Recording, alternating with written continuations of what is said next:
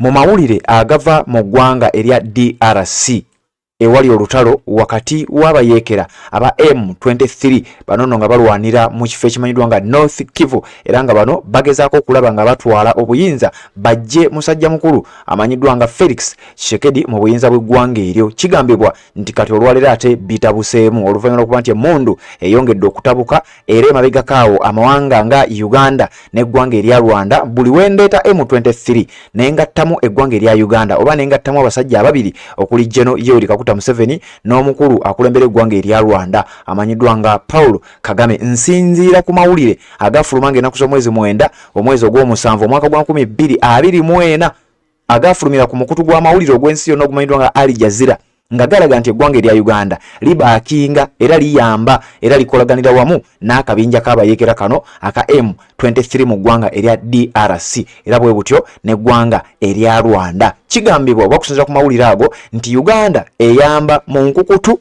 eyamba butereevu akabinja kano aka M23 era babayamba mu ngeri yonna either financially oba militarily. Kakati kwensinziira nengezaako kutegeeza nti kiba kitegeeza mu butereevu eggwanga erya Uganda oba General Yoweri Kaguta Museveni alikulembera naye bwe bakuba aba M23 mu bufunze tukitwalanga naye abeera akoseddwa ate nga si ye yekka ne Paul Kagame akulembera eggwanga erya Rwanda. Akugambye bino byafulumira ku mawulire gafuluma gwali mwezi gwa musanvu ennaku z'omwezi nga 9 omwaka gwa 2024 nti the Ugandan army has provided support to the M23 rebel groups operating in the Eastern Democratic Republic of Congo DRC, says a United Nations report, as clashes escalate in the mineral rich region.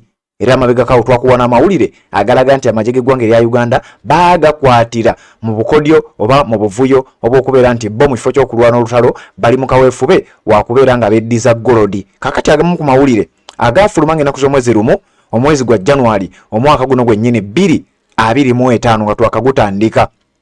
Amawulire galaga nti oluvannyuma lw'emmundu okuseka mu ggwanga erya DRC akabinja aka M23 kalabika nga katandise okupondooka. Omu kubakulira M23 naddala atwala ekiwayi ekya political wing oba kyetugamba amanyiddwa nga Bertrand Bisimwa ono nga yakulira ekiwayi eky'ebyobufuzi oba kyetuyita political wing mu kabinja kano aka M23. Jjukira kabinja k'abayeekera bakuba emmundu batta abantu bakola ebikolobero byonna wabula ate balina kye bayita political wing. Kati oyo omukulu oyo gwolaba ku screen yo yabadde ayogerako n'omukyala amanyiddwa nga Bojana Kolibale ono nno nga mukugu mu kunoonyereza ku mirembe kye tuyita peace and security ku mirembe mu kitundu kya Africa ekimanyiddwa nga Africa's Great Lakes Region ng'eggwanga erya DRC nalyo mwerigwa. Bwe yabadde boogera ku nsonga z'olutalo oluli mu buvanjuba oba mu Eastern Democratic Republic of Congo buli mu luvanjuba obw'eggwanga erya DRC agamba nti ye omukulu onamiddwa nga Bertrand Bisimwa agamba nti ekyamazima abayeekera bana ba M23 oba ffe ng'abayeekera ba M23 kuba nkugambye akulembera ekiwayi eky'ebyobufuzi kyoyinza okuyita political wing yavuddeyo n'ategeeza nti ekyamazima olutalo lwo tululwana naye naffe tuli mu kwerwanako. Bano bagamba nti be batuusi abasosolebwa mu ggwanga erya DRC era okusinziira ku mukutu gwe gumu ogwa Al Jazeera mu mawulire gwe baafulumya ng'ennaku z'omwezi lumu mwezi gwa January 2025 guno mwaka gwennyini gwe tulimu nti nga bagamba nti we are waging an extension war M23's Bertrand Bisimwa on DRC conflict nti yo olutalo lwe balwana okusinziira ku ono akulira kye tuyita political wing ng'ategeeza nti olutalo lwe balwana bo aba M23 lutalo lwakwerwanako bali mu kwerwanako kubanga bo bayita mu mbeera gy'oyinza okuyita ey'okusosolebwa. Kati wuliriza wano M23 was first formed nga bagamba for 3 years the Eastern Democratic Republic of Congo DRC has been embroiled in an armed conflict between the army and the M23 rebels that has killed hundreds of people and displaced nearly 2 million people. Mu lutalo luno olukunukkiriza emyaka egisukka mu 3 kigambibwa nti abantu abafiiriddemu bawerera ddala wabula ate abantu abadduse mu ggwanga erya Congo bambi bitundu byabwe displaced people basukka mu bukadde n'obukadde banono nga badduse mu bitundu byabwe. Kati luno olutalo wulira bye bagamba.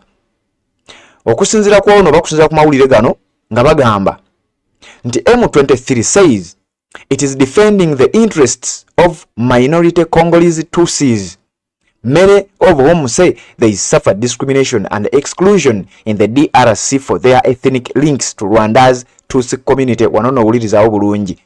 Akabinja aka M23 mu ggwanga erya Rwanda wulira we bagamba nti balwana olutalo luno wabula bo balwana mu ngeri yakwerwanako ti bo tebalumba era tebakuba. Kati wano balinga abategeeza bo kaweefulu waabwe si wakukyusa buyinza mu ggwanga erya DRC nti balwanirira interests oba ebigendererwa eby'abantu abatono abatuusi abali mu ggwanga erya Congo, bano nga baboolebwa basosolebwa olw'okuba nti balina akakwate ku ggwanga erya Rwanda. Jjukira eggwanga lya Rwanda amawanga gasingayo be batuusi n'abahutu. Kinshasa sees M23 as the greatest security threat it currently faces. Eggwanga lya Congo government yetuule Kinshasa bagamba nti akabinja kana akabayekera ka M23 ke kabinja akalinza okubanga kebeeraliikirira okuba nti kalwanirira no kati obola emirembe gy'abantu ke kabinja kebeeraliikirira naddala mu bubinja bonna bwe bazze ba facinga.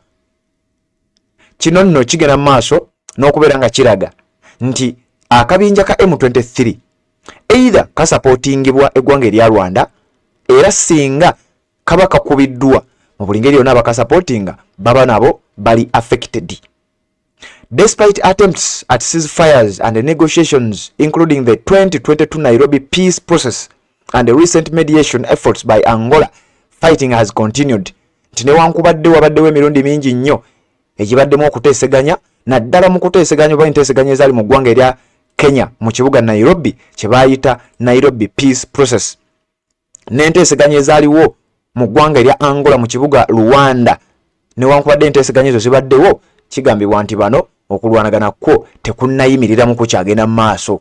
In Lubero, M23 advanced several dozen kilometers in just a few days in December. Kigambibwa nti ne mwezi gwa December mwaka oguwedde mu katundu ke bayita Lubero akabinja kano kongedde okutambula kilometers nga kaziwamba obanga ko chupayinga ebitundu kilometers eziwererako ddala mu kitundu ekyo kimanyiddwa nga Lubero mu ggwanga erya DRC. Bertrand Bisimwa, the head of the political wing of M23, maintains that the group is fighting a defensive war. Nga bwe nkugambye nti okusinziira ku Bertrand Bisimwa onono nga yakulira ekiwayi kye tuyinza okuyita political wing ekya akabinja kano aka M23 ategeeza nga bwe nkugambye era nga bwe ndi mu kugenda mu maaso n'okubeera nga nkutegeeza. Agamba bwe yabadde ayogerako ne gwe nkugambye amanyiddwa nga Bojana Kolibale onono nga mukugu mu kunoonyereza ku mirembe n'obutebenkevu mu kitundu kya Africa ekimanyiddwa nga Great Lakes Region naddala ku lutalo oluli mu ggwanga erya DRC. Agamba nti ekibiina kino kirwana olutalo akabinja ka M23 nti kalwana olutalo olw'okwekuuma mu bufunze okwerwanako, wabula nti mu lutalo luno ekisinga okuba nga kiwa essuubi era kye tusinga okwetaaga kwe kuteeseganya. Twetaaga ne tuteeseganya ne tulaba nga enteeseganya zigenda mu maaso olwo nno wakati waffe ne gavumenti y'eggwanga erya DRC ne waba nga wajja kubaawo ky'oyinza okuyita obwenkanya. Kakati nno owuliriza kino kiba kitegeeza ki?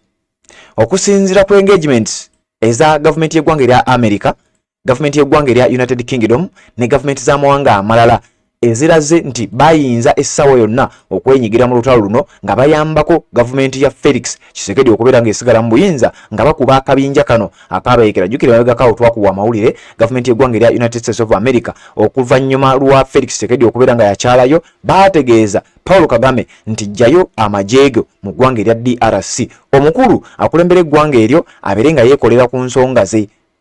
Bwekuba kulwanyisa ba M23 abalwanyise naffe okuba bakumuyambako tumuyambe nga tuyamba DRC.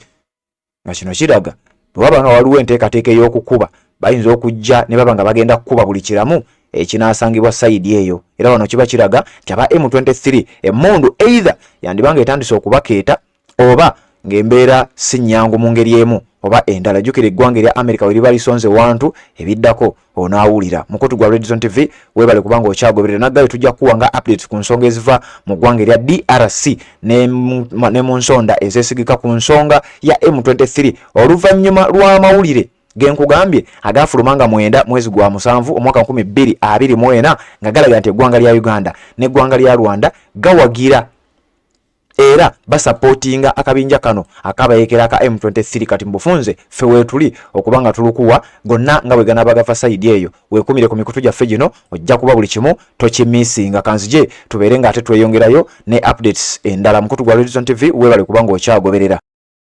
Assalamu alaikum wa rahmatullahi wa barakatuh. Amanya n'eddoboozi Haji Abdul omusomi w'eddua nkola ku nsonga ez'enjawulo emirimu nga gikutataganyeko ebyenfuna byo nga bidobonkanye n'oba oli bweru wa ggwanga emirimu gya kucankalanako jangu kusomere ku ddua okubeda nedda eddua zaabaawo eddua zisomebwa omuntu n'oterezebwa mu mbeera yonna ebadde ekwesibyeko ekusibyeko akanyaaga. Nina ekyoto kyensobola okukumira wadde oli bweru wa ggwanga nga toli kumpi wano n'ofuna omukisa gwo nawe n'osomerwako ku ddua nga nkuteddeko n'akabaani Allah ajja kusaasira ajja kwanukula.